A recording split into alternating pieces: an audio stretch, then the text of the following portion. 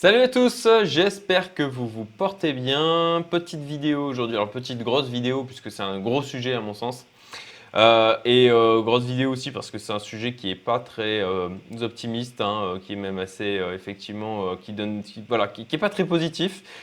Désolé, mais voilà, je vais vous partager en fait faire la lecture d'un article que j'ai écrit sur l'inflation. Et comment je vois tout ça finir. Autant vous le dire dès le début, c'est pas ultra positif. Donc je pense être d'un naturel optimiste, mais en l'occurrence là j'ai du mal à l'être. Après ce ne sont que mes réflexions, ce ne sont que mes pensées, ce ne sont que mes projections. Donc voilà, ça n'a pas force de loi, absolument pas. Et j'espère tellement que je me trompe. Mais voilà, écoutez, vous mettrez en commentaire ce que vous en pensez. L'objectif, c'est aussi d'avoir vos retours sur le sujet. Je vais vous partager mes réflexions et puis en espérant que, voilà, que ça vous aidera, puisque pour ma part, je prends tout ce que je fais depuis ces dernières années. Enfin, tout ce que je fais, une bonne partie de ce que je fais. Je ne me laisse pas guider uniquement par ce scénario pessimiste, mais une bonne partie des actions que je peux entreprendre sont là aussi pour me protéger et protéger ma famille et mes proches de ce que je vois venir, tout ce que je crois voir venir. Et voilà, j'espère que tout simplement ça vous permettra peut-être pour certains d'avoir des prises de conscience. Si tant est que j'ai raison, bien entendu. Donc on va parler ni plus ni moins que la fin du monde, mais vous inquiétez pas. Vous inquiétez pas, c'est pas aussi, voilà, c'est pas aussi négatif que ça. Disons que on va plutôt parler d'un gros choc d'un point de vue économie et finance mondiale. Donc, allez, j'arrête de papoter. Je réduis ma tête. Un petit like, commentaire, partage de la vidéo. Je vous remercie par avance. Ça permettra de m'aider à faire grossir la chaîne et m'incitera à faire d'autant plus de contenu comme ça. Donc inflation, le nouvel impôt déguisé. Nous vivons dans une époque particulière et je crois qu'un changement de paradigme est en cours. Avec la crise de 2008, les États et les banques centrales se sont engagés sur des rails dont elles ne peuvent plus sortir, à savoir garder des taux d'intérêt bas et faire tourner la planche à billets. Il y a beaucoup de personnes qui dénoncent ce système qui paraît marcher sur la tête et on se demande assez justement, mais jusqu'où vont-ils pouvoir aller? Je n'ai pas de réponse claire à cette question, mais je ne vois que deux issues possibles. Révolte des populations et effondrement du système, ou effondrement du système et révolte des populations. Alors oui, en clair, l'un entraînera l'autre et vice-versa, encore une fois, de mon point de vue. Je pense être d'un naturel optimiste, c'est ce que je vous disais au début de la vidéo, mais je ne vois pas une fin heureuse au système actuel. De plus, les seuls qui seraient en mesure de signer la fin de la fête sont ceux qui n'ont aucun intérêt à le faire et tout à perdre. Imaginez si vous êtes à la tête de la Fed, par exemple, et que vous décidez « Ok, plus on recule l'échéance et pire sera la chute, on arrête cette politique de taux bas, on stoppe la planche à billets. » Cette décision entraînerait une crise financière et économique majeure. Cela serait potentiellement la bonne décision à long terme, mais vous vous prendriez de plein fouet la vindicte populaire qui souffrirait de cette crise, un léchage médiatique et vos pairs qui y perdraient aussi vous taperaient dessus.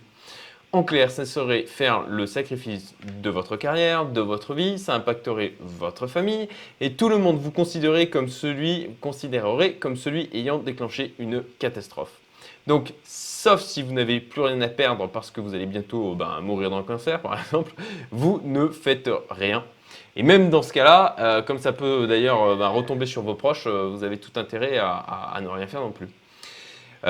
Et même, imaginons que le directeur de la Fed veuille prendre cette décision, il y a suffisamment de gens autour de lui et qui travaillent avec lui qui ont tout à perdre, eux, pour qu'on l'empêche d'agir.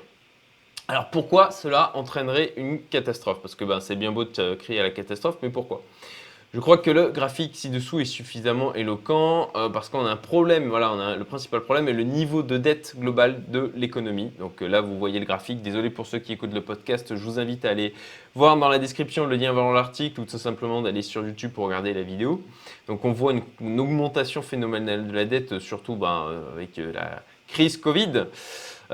Et surtout les décisions prises par les États pour affronter cette crise. Nous avons, alors attention, je ne sais pas si je ferais mieux à leur place ni quoi que ce soit, mais juste dans les faits, voilà, ça a été le choix de financer de prendre en charge cette crise en augmentant la dette de manière phénoménale.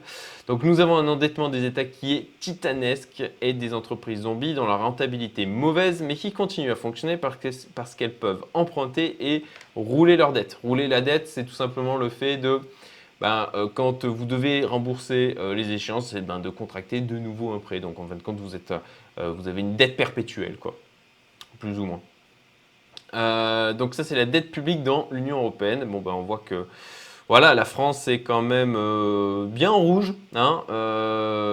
Alors, c'est sûr, il y a pire. Oui, il y a la Grèce, il y a l'Italie, il y a le Portugal, mais on est quand même plutôt pas mal.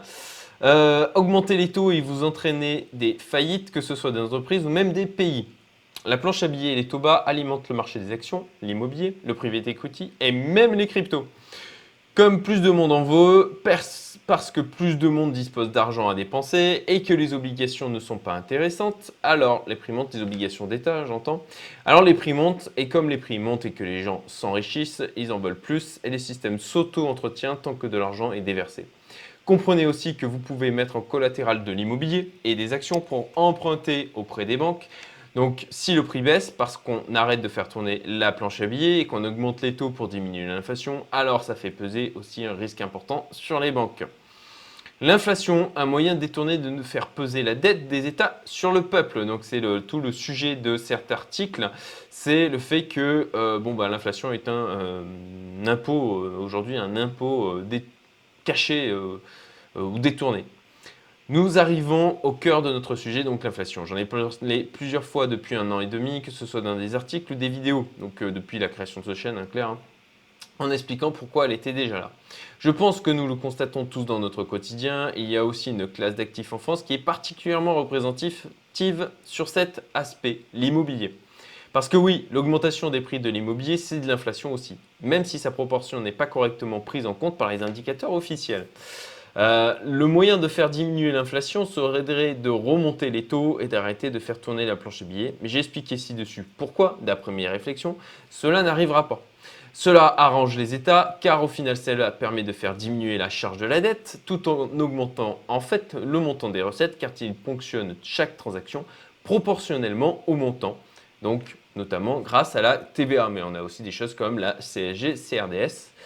Ainsi, ils peuvent continuer à dépenser n'importe comment et augmenter le niveau de la dette et éviter de prendre des décisions impopulaires qui iraient à l'encontre de leurs intérêts électoralistes.